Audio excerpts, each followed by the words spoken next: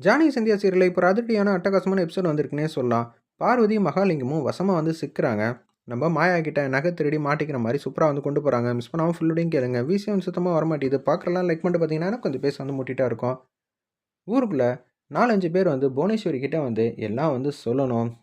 ஜானகி அம்மா வந்து நகையெல்லாம் வந்து சாத்த போறாங்கல்ல, அவங்களும் வந்தா நல்லாருக்கும். இந்த ஊருக்குள்ள அவங்களும் பெரிய ஆளு தானேங்கிற மாரி யோசிச்சுட்டு இருக்கிறப்ப, மாயா மாட்டுக்கு சாமி வந்து கும்பிட்டுட்டு இருக்காங்க. அப்பன்னு பார்த்து பத்மா வந்து கோயிலுக்கு வந்து வம்பிழுக்குறாங்க. நம்ம மாயா கிட்ட.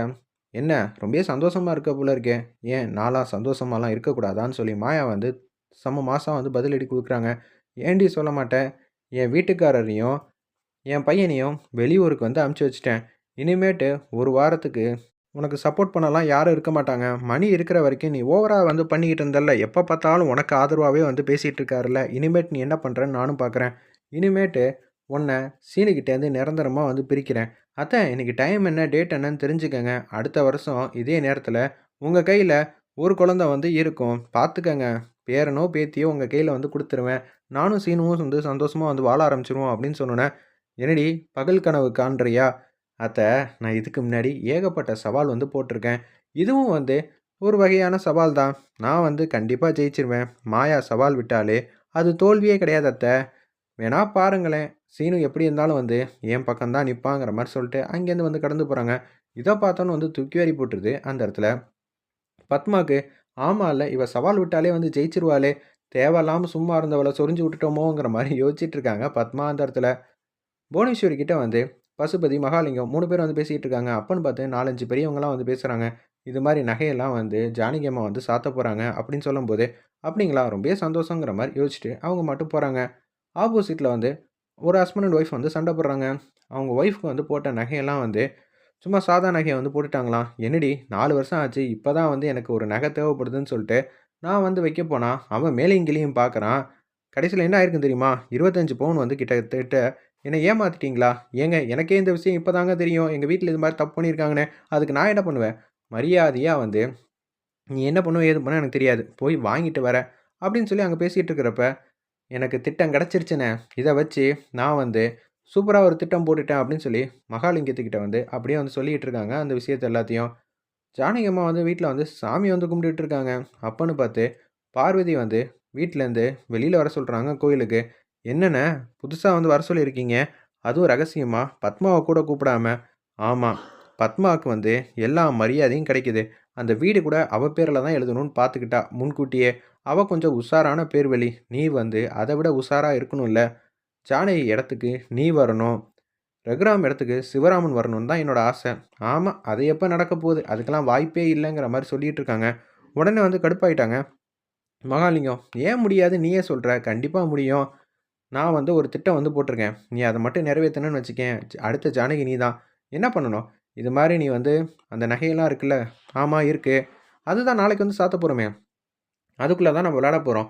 "என்னண்ணா சொல்றீங்க? அதுக்குள்ளயா?" "ஆமா. நீ வீட்டுக்கு போனோனே ஃபோட்டோ எடுத்து எனக்கு அனுப்பிச்சு வச்சுரு. அதுக்கப்புறமேட்டுக்கு நான் வந்து அது மாரி வந்து ரெடி பண்ணிடுறேன். உன்கிட்ட குடுத்துடுறேன். நீ வந்து அத மாத்தி என்கிட்ட குடுத்துருங்கிற" மாரி மகாலிங்கமும் இவங்களும் வந்து திட்டம் போட்டுட்டு இருக்காங்க. ஐய்யய்யோ! இதெல்லாம் வந்து எனக்கு செட்டே ஆகாது. வாங்குனாலே எனக்கு பட்டமாயிடுமே. என்னால எப்படி மாத்த முடியும்? உன் புருஷனுக்கு ரகுராம் போல சேர்ல உட்காந்து கம்பீரமா வந்து சொம்ப வச்சுக்கிட்டு அவர் உட்கார்ந்தா எப்படி இருக்கும்? சூப்பரா தான் இருக்கும். இதுக்காக தான் நானும் ஆசைப்பட்டுட்டு இருக்கேன்னு சொல்லி பசுபதி வந்து சிரிச்சுட்டு இருக்காங்க. இது எல்லாத்தையும் வந்து தூரத்திலேருந்து புவனேஸ்வரியும், பசுபதியும் வந்து யோசிச்சுட்டு இருக்காங்க. எப்படி இருந்தாலும் வந்து மகாலிங்கம் பேசி சம்மதம் வந்து சொல்லிருவாரு போல இருக்கே. Okay, okay. ரொம்பவே சந்தோஷம் தாங்கிற மாரி ஹேப்பியா வந்து அவங்க யோசிச்சுட்டு இருக்காங்க. சரி நான் முயற்சி பண்றேன்னோனே, சாமி கும்பிடலான்னு சொல்லிட்டு வராங்க அந்த இடத்துல. நைட் ஆயிடுது கிட்டத்தட்ட. உடனே வந்து அவங்களுக்கு என்ன பண்ணணும், ஏது பண்ணணும்னு தெரியல. நம்ப பார்வதிக்கு உடனே வந்து ஜானகி வராங்க. "என்ன நீ சாமி ரூமுக்கு அடிக்கடி வரியே? எனக்கு கொஞ்சம் கஷ்டமா இருக்கு. எதுவும் பிரச்சனையாம்மா?" அப்படின்னு சொல்லி கேட்குறாங்க. "அதெல்லாம் ஒண்ணும் இல்லன்னு" சொல்லி அந்த இடத்துல வந்து சொல்றாங்க. "நம்ம குடும்பத்தோட நிலைமைய நினைச்சு தான் கவலைப்பட்டுட்டு இருக்கேன்னு" சொல்லிட்டு, அப்படியே வந்து டக்கு டக்குன்னு வந்து யாரும் இல்லாத நேரம் பார்த்து ஃபோட்டோ எடுத்துடுறாங்க. அதுக்கப்புறம் அந்த நகை மேலலாம் பூ இருந்துச்சு போல இருக்கு. திருப்பி அதே மாரி அந்த நகை மேல பூவெல்லாம் போட்டுட்டு, டப்பாவ மூடிட்டு, அந்த டப்பாக்கு மேலேயும் வந்து பூவெல்லாம் போட்டுட்டு அப்படியே வேக வேகமா வராங்க. "அண்ணே இந்தாங்கண்ணே. ஃபோட்டோ வந்து எடுக்கிறதுக்குள்ளயே எனக்கு தூக்கி வாரி போடுது. நீங்க நகையெல்லாம் குடுத்தீங்கன்னா, நான் எப்படி மாத்தி வைக்க முடியுங்கிற" மாரி கேட்டோனே, "கண்டிப்பா மாத்தி வச்சு தான் ஆகணும். அப்படி மாத்தி வச்சா தான், நீ அடுத்த ஜானகி ஆக முடியும். உன் புருஷன் ரகுராமா எப்போதும் இருக்க முடியும்." அப்படின்னு சொன்னோனே, சரிண்ணேங்கிறாங்க.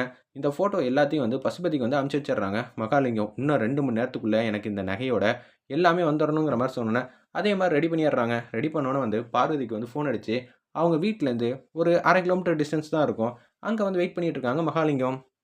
யாருக்கும் தெரியாம சத்தம் போடாம வந்து அப்படியே வந்துடுறாங்க. ஒரு மஞ்ச பையில வந்து நகைய வந்து குடுக்குறாங்க. பார்வதி, உன் கையில தான் இருக்கு. இந்த வீட்டோட அதிகாரமே இந்த நகையில தான் உன்கிட்ட வந்து வரப்போதுன்னு, தேவையில்லாத ஆசைகள்லாம் வந்து பார்வதிக்கு வந்து சொல்லிக்கிட்டு இருக்காங்க.